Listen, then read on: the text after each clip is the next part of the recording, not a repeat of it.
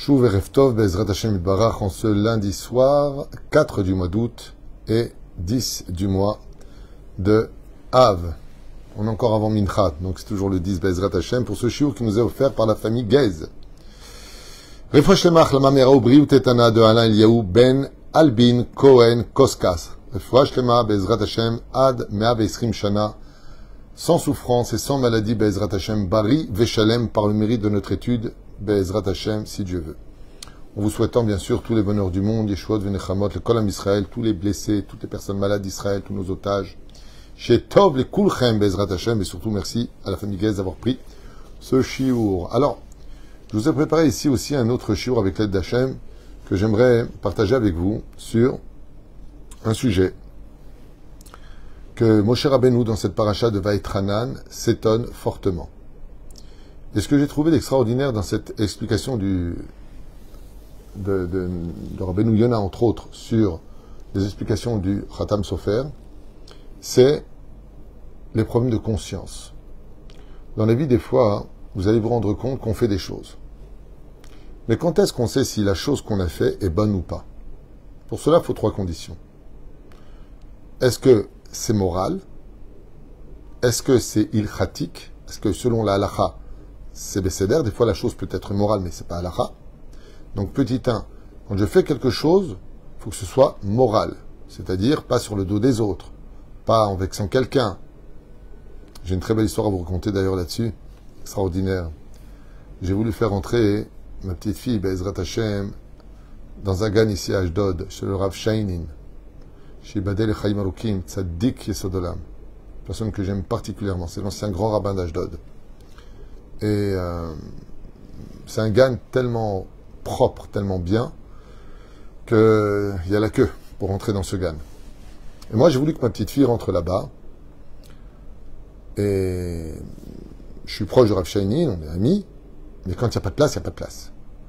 Donc, sur une longue liste, une dizaine de familles qui attendaient encore dehors, espérant que quelqu'un se retire en dernière seconde, eh bien, j'ai demandé aussi à ce que ma candidature y soit imposée. Et voilà que je reçois un appel, complètement inespéré.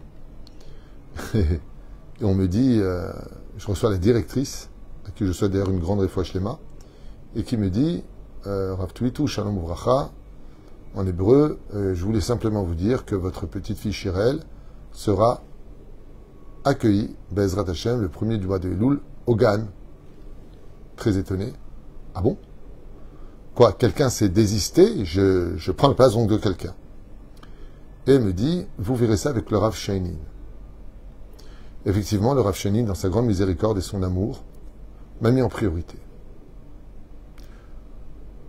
Et je lui ai dit, comment Dieu fait des miracles, que, écoutez bien, c'est magnifique. J'étais bouche bée. Que Akadosh Baruch Hu, il fait vraiment bien les choses pour moi. J'espère que la famille qui s'est retirée de la liste, oui, eh bien, elle a trouvé un autre gan qui soit aussi bien que le vôtre. Il m'a dit, mais personne ne s'est retiré de la liste que nous avions. Personne. Alors, pourquoi vous accueillez ma petite fille dans ce cas-là? Il m'a dit, parce que, Rav Tuitou, vous penseriez une seconde que je vais faire du mal à une famille pour faire donner le sourire à une autre famille? Je me suis arrangé selon les lois des ganim, c'est-à-dire, comme le demande le ministère de l'Éducation, à placer de telle façon à ce qu'il y ait le même nombre d'élèves, et donc j'ai tout restructuré pour accueillir votre petite fille. Mais jamais je vous aurais appelé pour vous donner à vous le sourire et pour le faire perdre à une famille en leur disant, bon, vous savez, écoutez, on s'est un peu avancé, en fin de compte, on n'a pas d'effectif pour vous, parce que j'avais en tête de mettre la petite fille du Rav Tuitou. Je lui ai dit, vous êtes encore plus grand que ce que je ne pensais. Selon la halakha, il a le droit de le faire. Il a des priorités, il peut placer ce qu'il veut. Ils ne sont pas encore venus. C'est pas il enlève quelqu'un de l'endroit. C'est sur la liste. Il a dit, ma personne qui est sur la liste, je ne l'ai pas touchée. Tous ceux qui sont là, il n'y a personne qui s'est désisté. Mais en restructurant tout, je me suis rendu compte qu'on pouvait peut-être trouver une solution, et je me suis cassé la tête pour que le nombre corresponde. Par exemple, on va dire qu'il faut au maximum 18 enfants par GAN par rapport au nombre de GAN et notes. Je me suis arrangé, puisqu'il y a plusieurs GAN, de telle façon à ce que Be'ezrat Hashem, il y ait de la place pour vous. Mais personne n'a perdu le sourire. j'ai rajouté un sourire sur une famille supplémentaire. Waouh! Waouh! C'est ça qui est extraordinaire. C'est que de fois, on veut faire des mitzvot. Comme on dit, le malheur de l'un crée le bonheur de l'autre. Celui qui veut faire quelque chose de moral, il doit toujours faire attention à ce que le bonheur de l'un fait aussi le bonheur de l'autre. C'est un nifla. La deuxième chose, à partir du moment où ce que tu fais, c'est moral, mais c'est pas le pi halacha. C'est pas convenant selon Shulchan Aruch. Par exemple, donner un hachis par manché au lait. Il n'y a rien d'immoral à une personne. Mais est-ce que c'est permis à pi halacha? Non. De le donner à son chat, c'est moral. C'est interdit. On ne peut pas ni le manger, ni le cuire, ni en tirer un profit. Juste des exemples. Et le troisième cas, c'est l'avenir qui te dira si ton action était bonne ou pas. Car il arrive des fois qu'on fasse des choses qui étaient bonnes, l'intention était bonne, mais ça a créé une catastrophe. On a voulu donner par exemple une histoire qui s'est passée malheureusement un homme qui fait rentrer son beau-frère, donc qui est marié avec sa propre sœur, dans son usine, dans son industrie, comme ça. Et Bassov, il est très content, donc il lui donne le travail, sa sœur le remercie, merci mon frère, t'as un super frère, t'as un grand frère, t'as un cœur en or, et ainsi de suite. Mais au bout de 6 mois, le frère, il se rend compte que son beau-frère, il est en train de sortir avec la secrétaire. Et en fin de compte, ça a donné qu'il est parti avec elle, ce qui a fait donc divorcer sa sœur, lui s'est fait renvoyer. Est-ce que c'était une si bonne idée? Est-ce que c'était moral? Une grande mitzvah, donner du travail à quelqu'un. Al-Pi Halacha, il lui a donné un travail cachère. Mais il y a un troisième point. Et ce troisième point-là, c'est le plus dur de tous.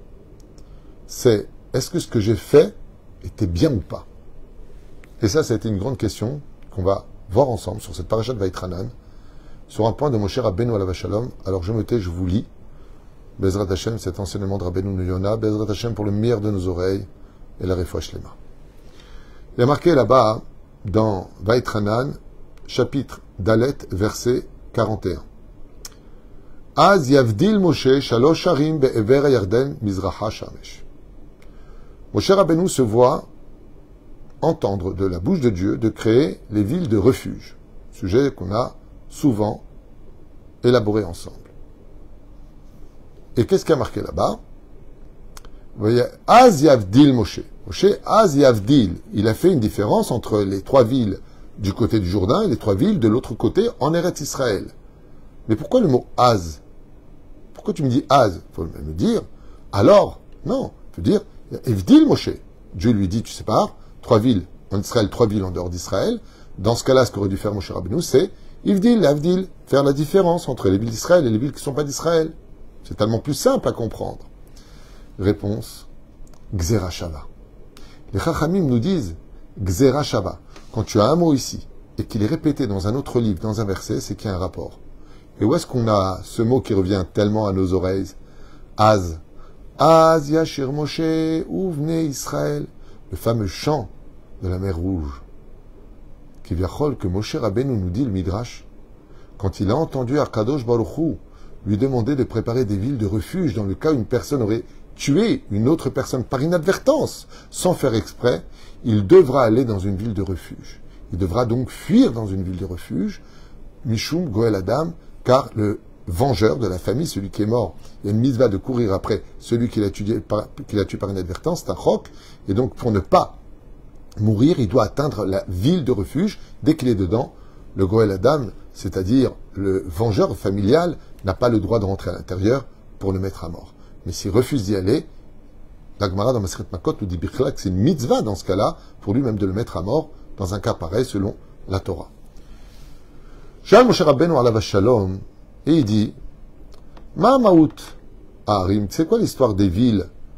Et donc je lui réponds ce que je viens de vous dire. Si une personne a tué par inadvertance, il doit fuir là-bas pour être sauvé du Goel Adam. Très bien. Quel était le problème de Moshe Rabbeinu? Vous vous rappelez dans le livre de Shemot, Parasha de Shemot, un Égyptien frappe Datan et Abiram. Il sort de la femme, il prend sa femme, ainsi de suite. Qu'est-ce que fait Moshe Rabbeinu? Il tue l'Égyptien. Avec quoi? Et c'est ce que je vais vous dire.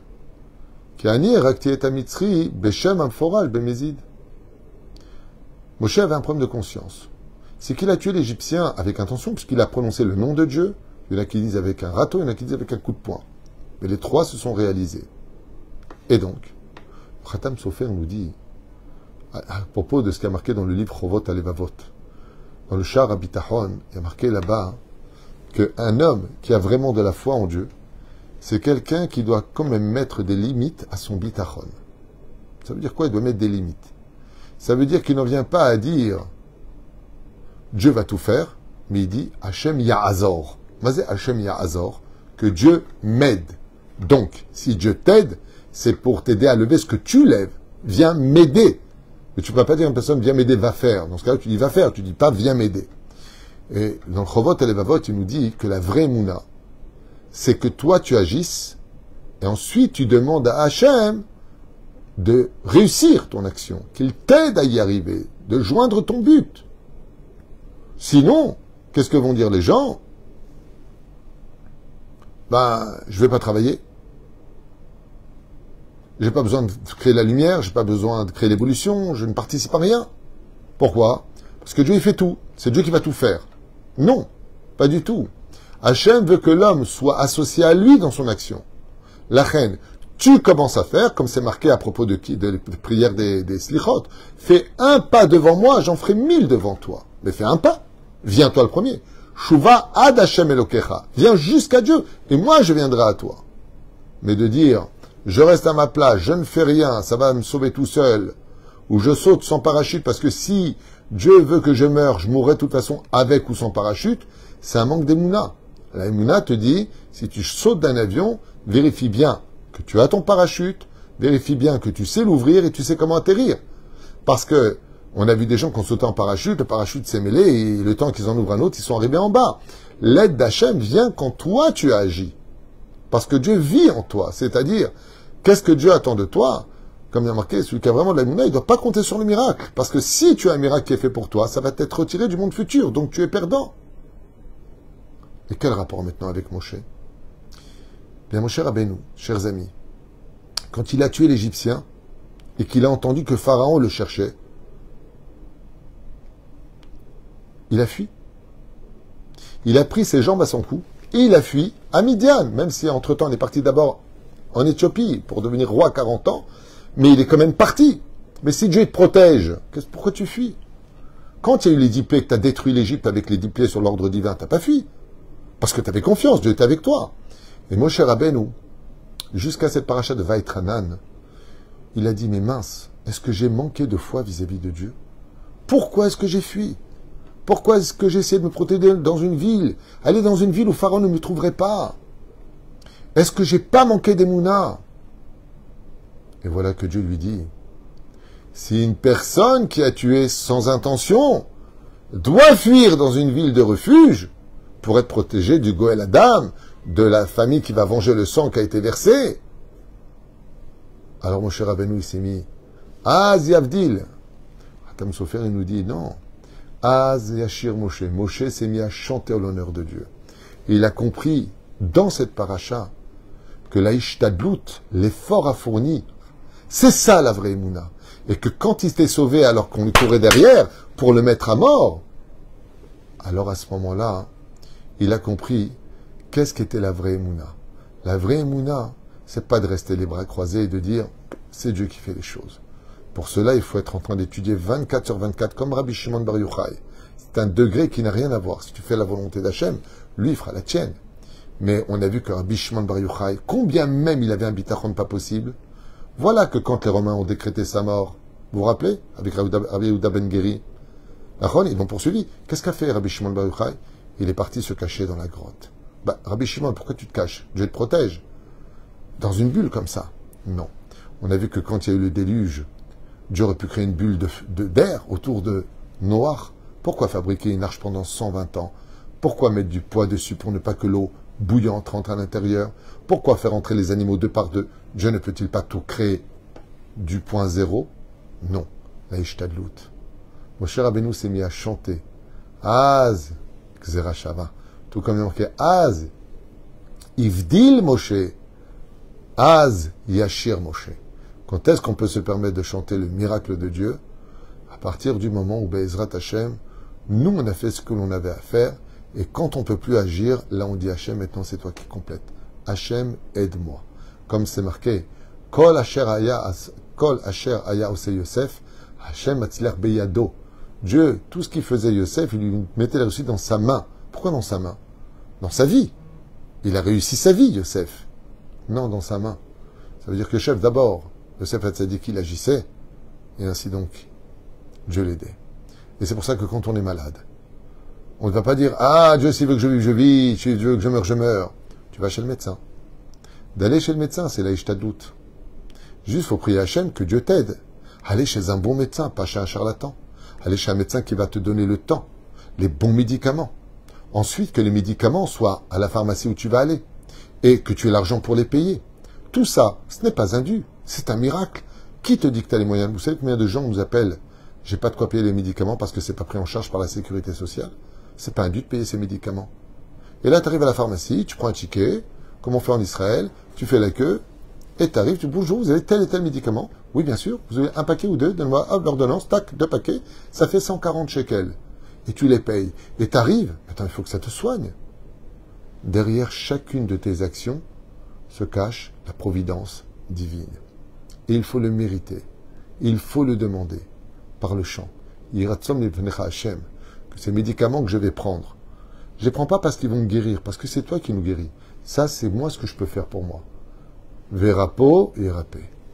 Et le médecin, je lui donne la force et l'autorisation de te guérir. Il ne peut pas te fixer si tu vas vivre ou mourir. Ça, c'est que Dieu. Il y a beaucoup de médecins qui ont dit il lui reste 6 mois, 2 mois, 3 mois, et en fin de compte, ils sont morts avant, comme Le Viager, le film de l'époque. Abalzenon Achon. Dans le tachles des choses, Zaot Aishtadlut Shelanu. Et la reine, Moshe Rabbeinu a dit Oulai Chassarti Emuna Hashem. Depuis toutes ces années passées dans mon cœur, je me demandais est-ce que j'avais bien agi? Et maintenant, on a dit que la troisième condition, 1, que ce soit moral, 2, que ce soit le pi halacha, et 3, qu'est-ce que nous réserve l'avenir? Est-ce que l'avenir va nous montrer que c'était une bonne action ou une mauvaise action? Et voilà que dans Parashat Vaïtranan, Moshe s'entend dire créer les villes, aussi dans les parachats précédentes, mais ici particulièrement, créer les villes de refuge. Pourquoi? Eh bien, tout simplement parce que si une personne a tué par inadvertance, donc à plus forte raison, s'il a tué Béchogeg, un ennemi d'Israël, Bémézid, s'il a tué avec intention, comme ce fut le cas de Moshe Rabbeinu, un ennemi d'Israël qui battait un juif pour lui prendre sa femme, comme l'explique Rashi et l'Agmara, sur place dans la Sechet Sota. Mais c'est marqué tout l'histoire, Rak B'Hashem Itbarach ve Lanus Sham. Comme on l'a vu Yosef Hatzadik, qui lui-même aurait pu rester sur place. Dieu viendrait témoigner une bat-kol. Non. Vayanos Yosef Minacheder. Et ainsi donc, on voit que chaque fois que ces enfants d'Israël ont dû sortir en guerre, on n'a pas eu le droit de compter sur le miracle. Il a envoyé Yoshua bin Nun. Et pourquoi Moshe n'est-il pas parti lutter contre Amalek, Parashat Béchalach? Pourquoi? Parce qu'il est circoncis. Et celui qui est né circoncis, il est né circoncis. Yoshua c'est circoncis aussi, mais celui qui est né circoncis n'a pas la force de se battre contre Amalek. Il faut être né incirconcis pour faire la circoncision, et avec la force de la circoncision, on peut battre Amalek. C'est pour ça que le roi David lui-même a envoyé Yoav ben Serouria se battre contre Amalek, parce qu'il est né circoncis. C'est pour ça qu'Yaakov Avinu s'est prosterné devant Esav. Pourquoi? Parce qu'il est né circoncis. Par contre, Yosef Hatzadik, lui, pouvait se tenir Kurogzo Shel Esav. C'est lui qui mettrait Bezrat Hashem, Esav, en porte-à-faux. Que Tovli, Shebachanti Bezrat Hashem, Tov. Donc, on conclut le shiur qui dit que Moshe Rabbeinu, quand il a entendu ça, il a dit Ah, Baruch Hashem, alors j'ai donc bien fait de fuir, parce que je pensais que si je fuyais, je manquais d'Emouna, comme si que je disais à Dieu ah, tu peux pas me protéger, alors je préfère fuir. Non, si tu veux que Dieu te protège, alors fuis. Vous savez, on m'a posé la question, poser une question. Est-ce qu'un juif, dans l'état actuel des choses, il peut mettre une casquette au lieu de garder la kippa, les tzitzit dehors? Est-ce qu'on a le droit de rentrer la mezouza à l'intérieur, sur le fronton? Comme ça, quand tu rentres ici, pas comme ça, pas dans le mur, contre le mur, fronton. Vadaï, celui qui prend le métro et qui a ses tzitzit et sa kippa et qui se fait agresser, alors rien ne justifie qu'il se fasse agresser, chas shalom. Je croyais que l'antisémitisme était interdit en France, enfin, dans le monde, je pensais. Je ne savais pas que c'était permis maintenant, voire même applaudi. Je ne le savais pas. SOS raciste. Gêne et diwan. Mais s'il fait une chose pareille, il est mithayev benafsho. Si un juif garde la kippa, par fierté, dans un endroit hostile aux juifs, où il y a un danger pour lui, S'il lui arrive quelque chose, il peut même être considéré dans le ciel comme étant un suicidé. Ça s'appelle mitrayev benafsho. Befonom dimedze, brachot, entre autres. Il y a une mahlouket entre Hillel et Shammai. À savoir, le Kirat Shema. Comment est-ce qu'on le lit? Urshor becha, ufkumecha. Quand tu te couches, quand tu te lèves. Shammai, il dit, quand tu te couches, tu te couches. Ça veut dire que Arvit, normalement, selon Shammai, on doit s'allonger par terre, on fait le Shema Israël, pour la prière d'Arvit. Hillel, il dit non. Quand on dit Urshor becha ufkumecha, c'est que tu as la mitzvah de lire le Kirat Shema le jour et la nuit. C'est pas comment tu le lis. Rabbi Tarfon, qu'est-ce qu'il a fait lui? Il est parti selon la zvara de Shammai. Et en pleine route, là où il passe plein de brigands, il s'est allongé pour faire le Kirat Shema comme Bet Shammai. Les Chachamim lui ont dit Kedai aïta lahouv. Tu aurais mérité d'être transpercé par les épées des brigands. Shavartal d'Ivre Bet Hillel, comment tu peux te mettre en danger? Ah, Kedai aïta lahouv, cherev. Pourquoi? Depuis quand on a le droit de prendre des risques? Un juif doit faire attention partout où il va. Ça ne veut pas dire qu'il a peur, ça ne veut pas dire qu'il n'est pas fier de son judaïsme. Ça veut dire qu'il compte sur Dieu pour le sortir d'une situation où normalement une autre personne n'aurait pas pu traverser l'histoire. Kol tuv v'leitraot.